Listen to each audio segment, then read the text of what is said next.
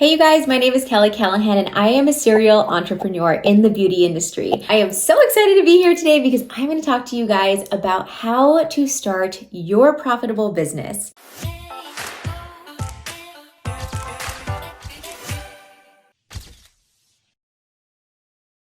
Now, there are so many things that come into play when it comes to creating a business and starting. And one of the biggest things and hurdles that I see entrepreneurs grow through is the fact that they have all of these ideas, but they never take action. They do not implement because they are scared, because they are fearful of the unknown, maybe because other people are telling them not to do it because it's risky. But I'm here to tell you that I have been able to create a 7-figure business by taking the leap of faith without any knowledge of business prior to starting my business. So today we're going to talk a little bit about how you can start your business in a way that makes it fun, easy, and will have you taking action like a champ. So the first thing I want to talk about is something called ikigai. Now, this is a Japanese term that I've used for a long time, ever since I learned it. Ask yourself 4 things, and these 4 things are going to help you identify whether or not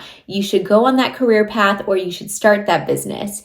Now, number 1, do you love it? Do you love whatever it is that you are planning on doing? Because we spend on average 90,000 hours in America working as individuals. So we want to make sure that we absolutely love it. Otherwise, what is the point, right? Number 2, do people actually need this thing, this service, or this product that you want to start? If they need it, most likely they're going to do number 3, they're going to pay for it. So can you get people to buy your service or product? And number 4, are you good at it? Are you good at whatever it is that you are offering? Because if you are, then that's a great thing. If you're not so good at it, then maybe you want to look at a different career path. But I always say you can get good at something if you really put your mind to it. So if you are aligned with starting that business or starting that different career path, then I say go for it and don't allow the naysayers or allow your monkey brain to tell you otherwise. This is where people get stuck, and this is where dreams die because we overthink everything and we just don't know what to do, what the next step is, or where to go. But the great thing about living in today's world is that we have things at the tips of our fingertips, like Google, for example. We have access to anything and we can learn how to do anything. We can learn how to market a business. We can learn how to start a business. You have free resources and so much support supporting you on your career path should you choose to look at it that way. Now, once you identify what you want to do, and if that aligns with what you want to do, then the next thing you want to do is some market research. Let's take a look at that product or service that you are trying to sell and whatever business you're trying to start up, and do some market research. Look at competitors, see what they're offering, see what they're selling it at. Look at other people that have done it in the past, people who are successful at this. I will say, don't get too stuck on competitors.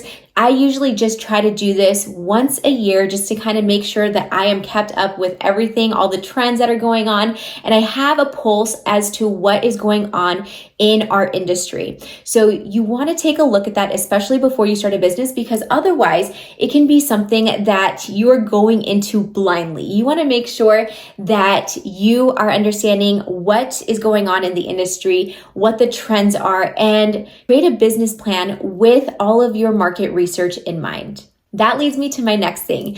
Create a solid business plan. Now, I will say that when I started a business, I did not do this. I skipped this by accident, not knowing exactly what to do, but there are so many more resources than when I started my businesses 10 years ago that you guys can use today to help you guys create a solid business plan. So look at some resources on Google, type in how to create a business plan, and you will see so many things like templates, ideas, examples pop up so that way you can create a business plan of your own.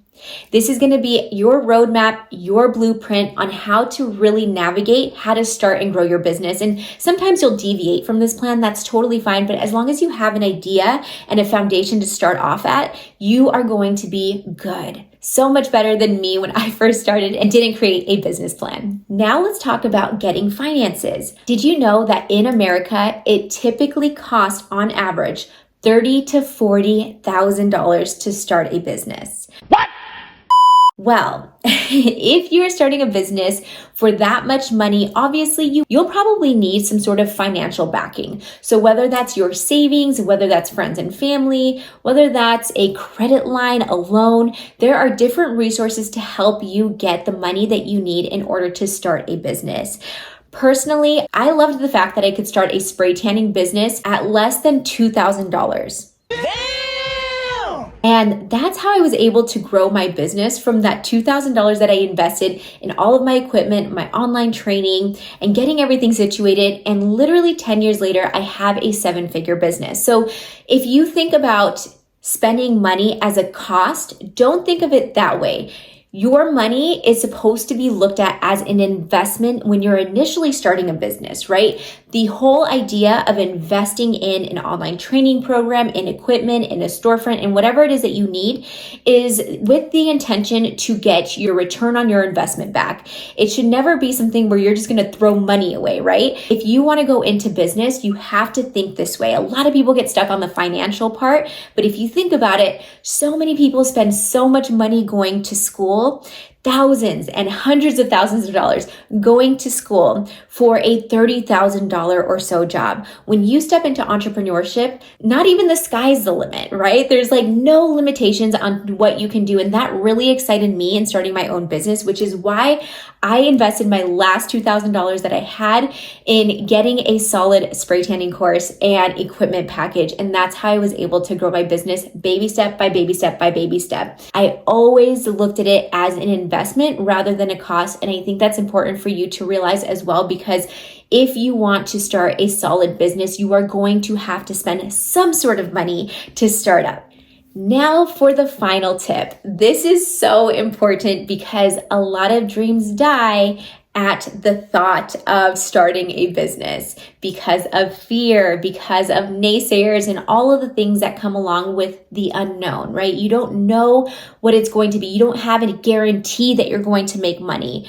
But if you work your ass off, I can almost guarantee that you can be successful because you are putting in the work. You are taking the time and energy. You are trying to figure out what to do. Now, what we have to do as entrepreneurs is be self-motivated, and we have to start the business on our own. Nobody's here to save us, right? So once you decide to start a business, you have to do this last thing, and that is to take action. If you don't take action, you are never going to get anywhere. Now, if I let all of the naysayers, the doubts in my own mind, the fears of the unknown get to me at any point in my 10-year career as an entrepreneur, I would not be here today. I would not have created a 7-figure business. I would not be able to help thousands of women start their own spray tanning businesses.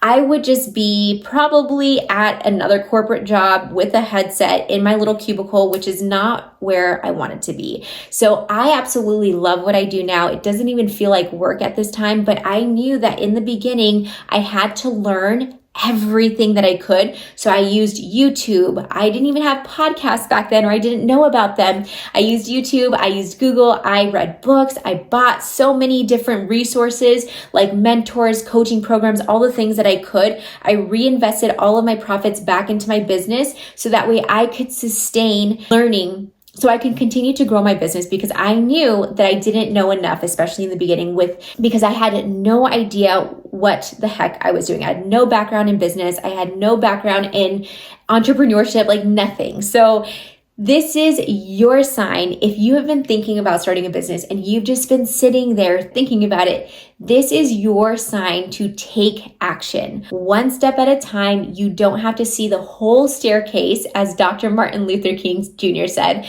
You don't have to see the whole staircase. Just one step at a time is going to get you to where you want to go. So have that vision, have a strong mind, strong heart, and keep moving forward with your business, and don't stop. That is the only way that you can succeed, and the only way that you can fail is if you give up on your dreams, which I know if you're watching this video, you have some motivation, you have the fire lit under your booty, and you want to start a successful business. So hopefully that helps you guys.